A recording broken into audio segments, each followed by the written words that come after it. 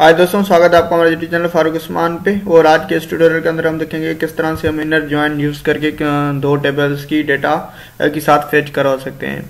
तो चलिएगा स्टार्ट करते हैं। मैंने एक डेटाबेस क्रिएट किया हुआ है, ठीक है, जिसका नाम है SMS। और देन इसके अंदर मैंने टेबल्स क्रिएट की हुई है कंट्री वन नेम से, लोकेशन, यूजर एंड वर्कर्स।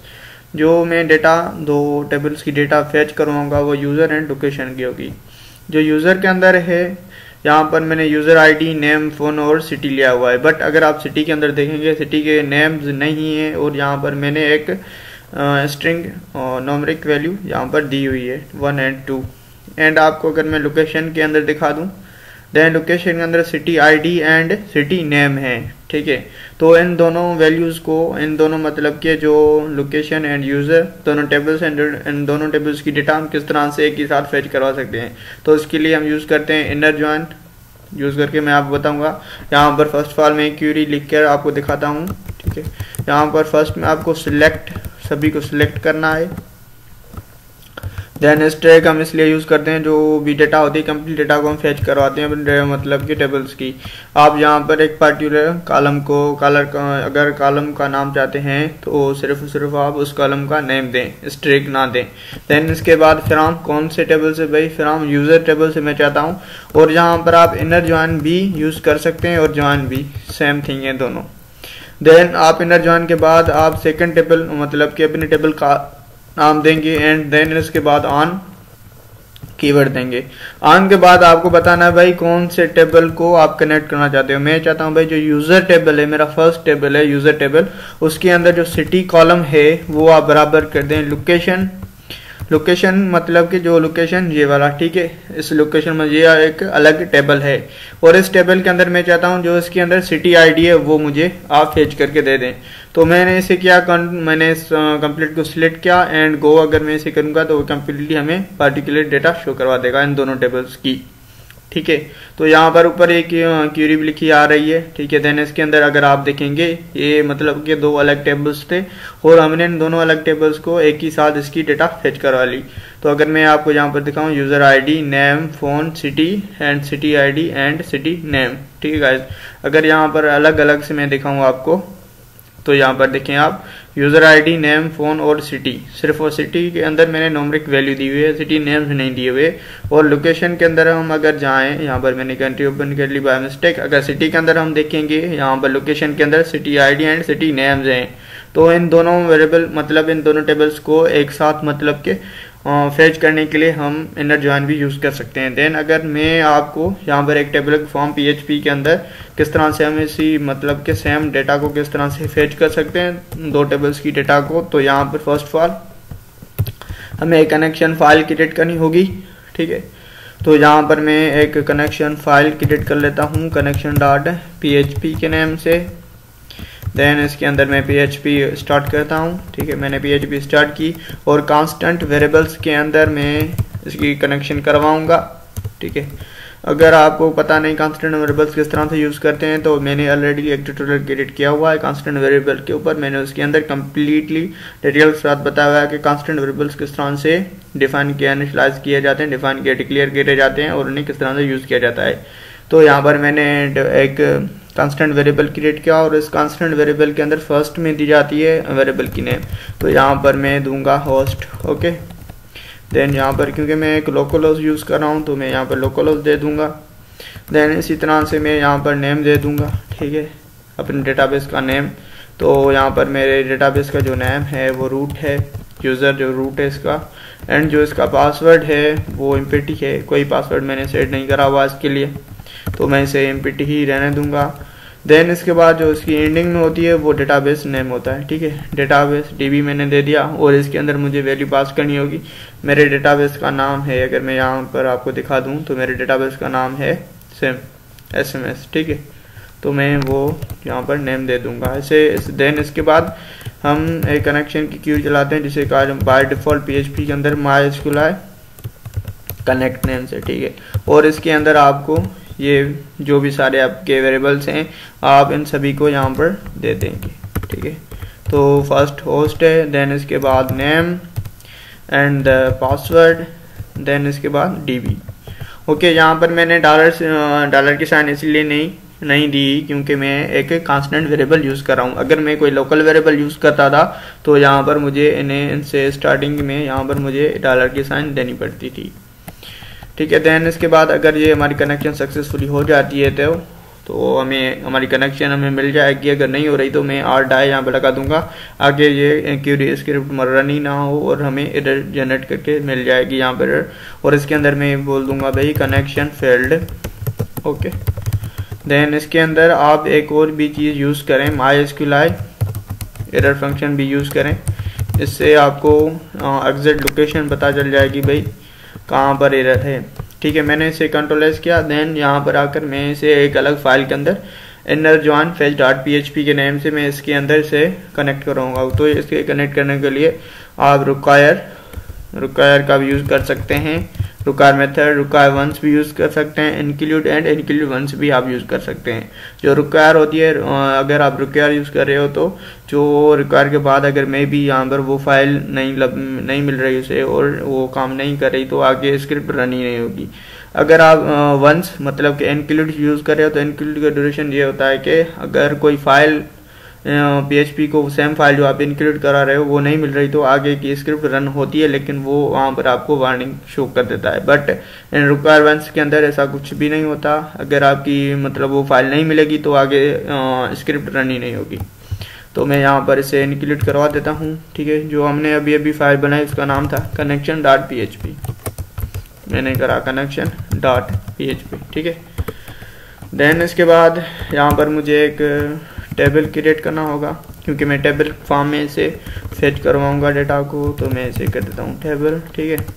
और यहाँ पर आकर मैं टेबल स्टार्ट कर देता हूँ एंड इसके ऊपर मैं क्लास मतलब के बॉर्डर दे दूंगा। इसे सॉरी यहाँ पर मैंने क्लास दे दी, यहाँ पर मुझे इसे बॉर्डर देना होगा, बॉर्डर 1 का कर रहा हूँ। और सेल जो स्पेसिंग होगी वो 10% होगी एंड जो सेल पैडिंग होगी मैं उसे 0 कर रहा हूँ यहाँ पर। देन इसके बाद टेबल हेड होती है, ठीक है। हेड टैग के अंदर TR एंड TR के अंदर TH मैं दे दूंगा। TH और TT जो होते हैं, TH के अंदर जो डेटा होती है वो थोड़ी मतलब के थिन होती है, TD के अंदर थिन होती है और इसके अंदर थिन नहीं होती। तो यहाँ पर मैं स्ट्रॉन्ग मतलब स्ट्रॉन्ग डेटा शो होती है। तो यहाँ पर मैं स्टार्टिंग अंदर इसके कॉलम्स नेम दे दूंगा। अगर हम अपने डेटाबेस के अंदर चलें और यहाँ पर यूज़र के अंदर देखें तो सिटी मैं यहाँ पर यूज़र ओपन कर लेता हूँ, यूज़र टेबल, ठीक है। यूज़र टेबल के अंदर user ID, name, phone and city है, ठीक है। यहाँ पर कर दूंगा फर्स्ट में यूज़र, ठीक है, एंड यूज़र ID मैंने दे दी। देन इसके बाद है यूज़र नेम, तो मैं यूज़र नेम कर दूंगा। देन इसके बाद है user phone number, then last one is a city, okay. And अगर हम और देखें सिटी, तो इस टेबल की डेटा कंप्लीट हो गई, कॉलम्स कंप्लीट हो गए। एंड सेकंड टेबल के अंदर देखते हैं city ID and city name, ठीक है। तो मैं वो दे दूंगा यहाँ पर यूज़र सॉरी यहाँ पर मुझे देना होगा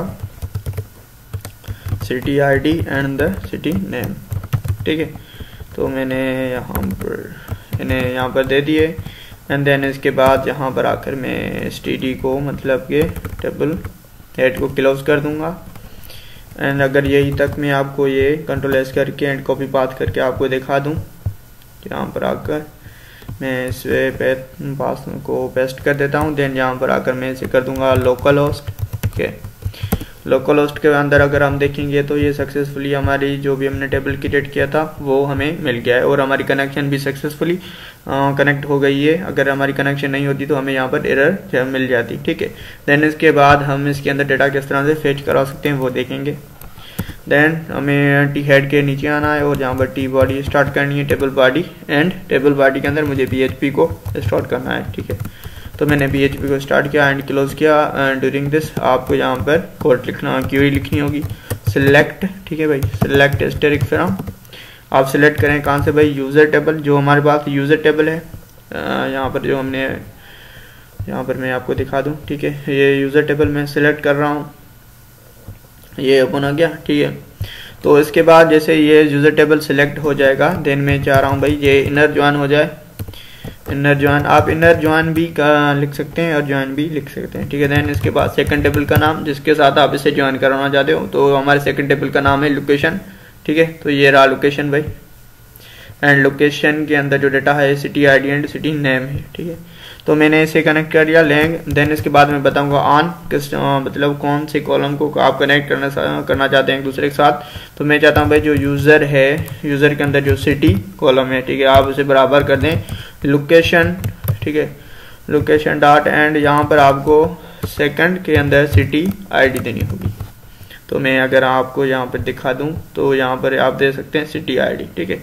तो मैंने ये सेम दे दी यहाँ पर सिटी आईडी और देन इस क्यूरी को क्लोज कर दिया और इस क्यूरी को मैं एक वेरिएबल के अंदर स्टोर करूँगा। देन आप कोई भी वेरिएबल ले सकते हैं, मैंने क्यूरी वेरिएबल लिया हुआ है। देन आपको पता ही होगा कि क्यूरी के बाद आप उसे फायर भी करते हैं क्यूरी को, ठीक है। तो उसके लिए MySQL के अंदर एक बिल्ट इन फंक्शन है जिसे MySQL क्यूरी फंक्शन कहा जाता है और इसके अंदर 2 पैरामीटर्स पास होते हैं, एक कनेक्शन पैरामीटर, देन इसके बाद जो आप क्यूरी चला रहे हो वो पैरामीटर, ठीक है।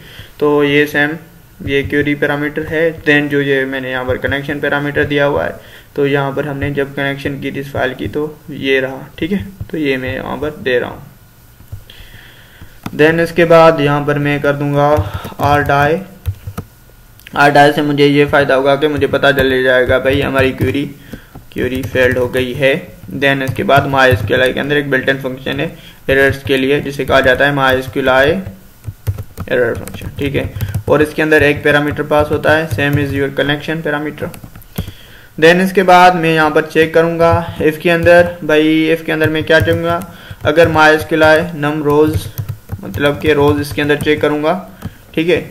MySQL नम रोज के अंदर एक पैरामीटर पास होता है जिसके अंदर आप क्यूरी को फायर करा रहे हो, मैं वो पैरामीटर दे रहा हूँ। और यहाँ पर मैं कह रहा हूँ अगर जो MySQL के अंदर नम रोज हैं वो ग्रेटर देन 0 हैं तभी ये क्यूरी आगे एग्जीक्यूट हो, कि मतलब कि ये एमपीटी एग्जीक्यूट ना हो। देन इसके बाद जैसे ये मतलब कि क्यूरी एग्जीक्यूट हो जाएगी, देन इसके अंदर मैं वाइल लूप के अंदर, ठीक है, देन यहाँ पर एक वेरिएबल क्रिएट कर लूंगा। देन इसके अंदर ही मैं इस कंप्लीट क्यूरी को स्टोर करवाऊंगा MySQL फेच एसोसिएट, ठीक है, क्योंकि मैं इसे मतलब जो डेटा है मैं इसे एक एसोसिएट एरे के अंदर फेच करवा रहे हैं। देन इसके बाद एक पैरामीटर पास होता है दैट इज यूर, जिसके अंदर आप क्यूरी फायर करवा रहे हो, तो ये पैरामीटर, ठीक है, मैंने यहाँ पर दे दिया। देन इसके बाद आप वाइल लूप को चलाते हैं। देन यहाँ पर मैं इको के अंदर TR दे दूंगा, ठीक है। देन यहाँ पर इको के अंदर मुझे TT देनी होगी एंड इस TT को यहाँ पर मैं क्लोज भी कर देता हूँ, ठीक है। तो इस कुछ इस तरह से मैंने इस TT को क्लोज कर दिया। देन बिटवीन दिस आपको फर्स्ट में आपके जो पैरामीटर जिसके अंदर आपने अपनी क्यूरी को यहाँ पर MySQL जिस डेटा इस क्यूरी को कंप्लीट क्यूरी जो MySQL फेच एसोसिएट एरे है इसके अंदर हमने कंप्लीट ये डेटा सारी की सारी स्टोर करवा ली है। तो यहाँ पर हम इस क्यूरी को अब इसकी मतलब कि वेरिएबल को यहाँ पर देंगे और इस बिटवीन दिस, क्योंकि ये एक एरे है तो एरे को एक स्ट्रिंग अंदर यहाँ पर हम एज अ की प्रिंट करेंगे यहाँ पर, और इसके अंदर आपको की जो होगी वो इंडेक्स नेम होंगे, बिल्कुल, ठीक है। तो यहाँ पर यूजर के अंदर अगर मैं आपको दिखा दूँ तो यूजर के अंदर फर्स्ट में यूजर आईडी, ठीक है, तो मैं यहाँ पर दे दूंगा यूजर की आईडी के जो यू है वो कैपिटल है, ठीक है। तो मैंने और इन्हें आपको ये ध्यान में रखना है, आप इसके इन्हें मतलब कि डबल कोट्स और सिंगल कोट्स के अंदर ही दें। देन अगर मैं आपको अगर यहाँ पर आकर रिफ्रेश करके दिखा दूँ तो यहाँ पर आप देख सकते हैं जो यूजर आईडी थी 1 2 हमें मिल गई है। तो सक्सेसफुली हम इसी तरह से इन्हें कॉपी कर लेता हूँ मैं यहाँ पर, सॉरी यहाँ पर मैंने ठीक है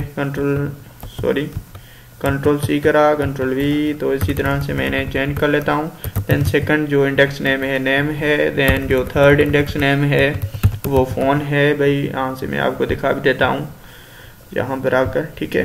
तो first user ID name phone city, ठीक है, तो फ़ोन भी हो गया। देन लास्ट वन सिटी, तो ये हमारे जो फर्स्ट डेटाबेस मतलब कि फर्स्ट टेबल था उसकी डेटा हमने फेच करवा ली। यहाँ पर मैं आपको दिखा देता हूँ, ठीक है। तो यहाँ पर हमें फर्स्ट जो यूज़र टेबल था उसकी डेटा कम्प्लीटली हमें मिल गई है, user ID, user name, user phone number, user city, ठीक है, सिटी 1 2 यहाँ पर शो हो रहे हैं। सेम ही डेटा अगर मैं आपको यहाँ पर दिखा दूँ इसी टेबल के अंदर, तो ये देखें सेम ही डेटा उसके अंदर हमें मतलब कि शो हो रही है। अब हमें अपने सेकंड टेबल की डेटा को भी फेच करवाना है, तो उसके लिए क्या करेंगे हम, भाई उसके सिंपली जो इंडेक्स नेम है वही देंगे। City ID and the city name, और मैंने इसे कंट्रोल एस किया और यहाँ पर आकर से रिफ्रेश करूँगा तो ये बोल रहा है सिटी नेम। हाँ सिटी नेम है, चेक कर लूँ यहाँ से। तो मैंने कहाँ पर एरर कर दी, ठीक है। तो यहाँ पर मैं आकर इसे दोबारा से इससे यहाँ पर चेक कर लेता हूँ, ठीक है। लोकेशन के अंदर मैंने लोकेशन को ओपन किया टेबल को, और city ID and city name, ठीक है। तो यहाँ पर मैं दे दूँगा यूज़र, ओ सॉरी, यहाँ पर मैंने सिटी आईडी तो सेम ही सही दी हुई है, ठीक है। तो लोकेशन यहाँ पर आकर सिटी आईडी भी मैंने कर दी एंड सिटी नेम भी कर दिया, और इसे कंट्रोल एस किया, सिलेक्ट स्टैक फ्रॉम यूज़र, और यहाँ पर आकर से मैं रिफ्रेश करूँगा तो ये बोल रहा है भाई undefined index city name line number 35। तो मैं यहाँ पर आ जाऊँ लाइन नंबर 35। तो हाँ सॉरी, यहाँ पर आप देख सकते हैं जो सी है इसकी कैपिटल थी और मैंने सिंबल में दी है, तो इसलिए ये एक एरर थी, ठीक है। तो सक्सेसफुली हमारा डाटा दोनों टेबल्स की फैच हो गई है, user ID, user name, user phone number, user city and city ID and city name. तो ये दोनों जो कॉलम्स इंडेक्स हैं, ठीक है।